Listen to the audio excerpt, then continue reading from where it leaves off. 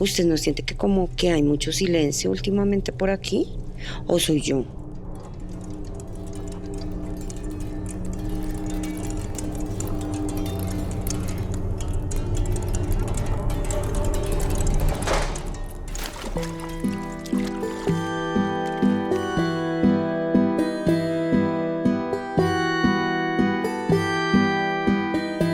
¿Se ha puesto a pensar en los hombres que también están en un hueco como estos, como nosotras?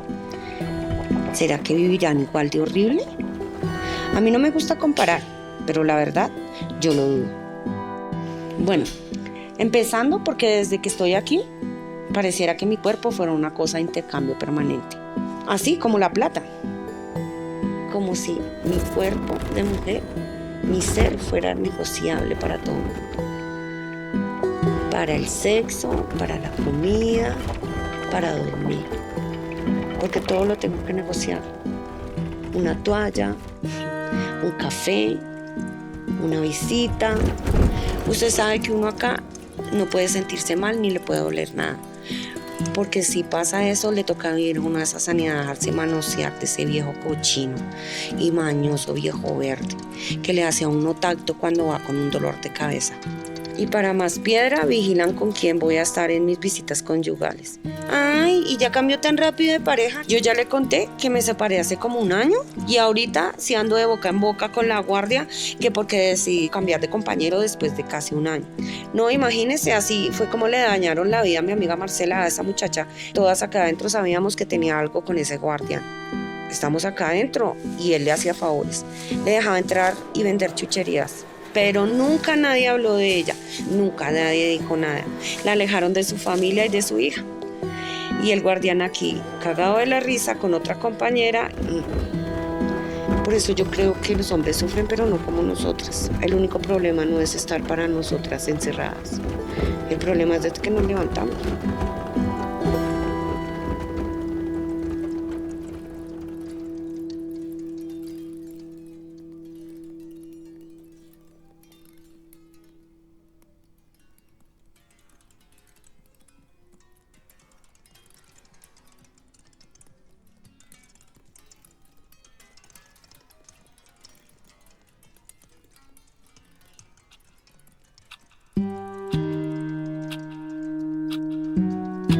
Ahorita lo que le quiero contar es que tengo un retraso de 3 meses y lo más seguro es que esté embarazada.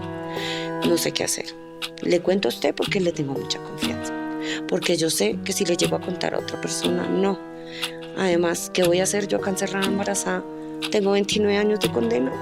Y lo más seguro es que si voy a sanidad, dando mis razones de mi condena, que no puedo ser mamá, que no tengo plata, lo más seguro es que no me van a hacer el favor de hacerme un aborto.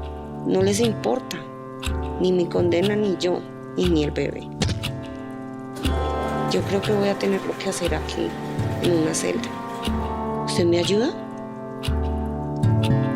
Usted ese día tiene que estar conmigo. No va a tomar unas pastas. Solamente me cuidan la puerta, que nadie se acerque. Porque tengo que hacerlo.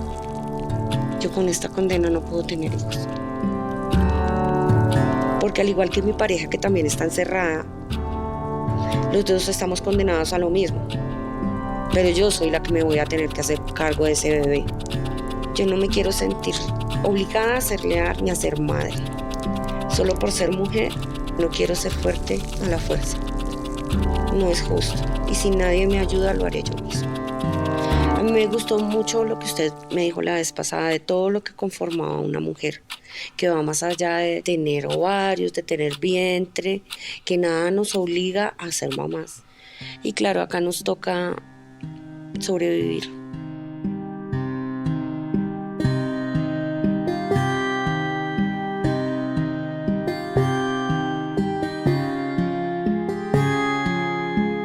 Mi compañera ayer tuvo que ponerse esas toallas que nos dieron.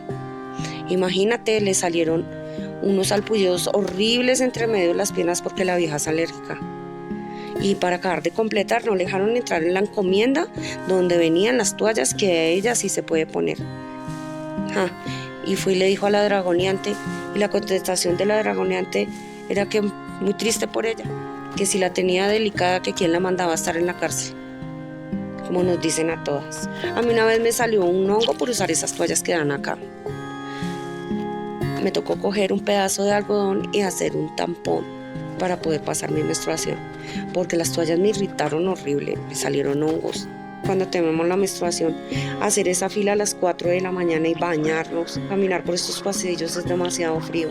Esos cólicos a mí se me han hecho muy fuertes en este lugar, es horrible. Y ni modos de ir al médico, porque con lo que se encuentra uno allá, prefiero el cólico.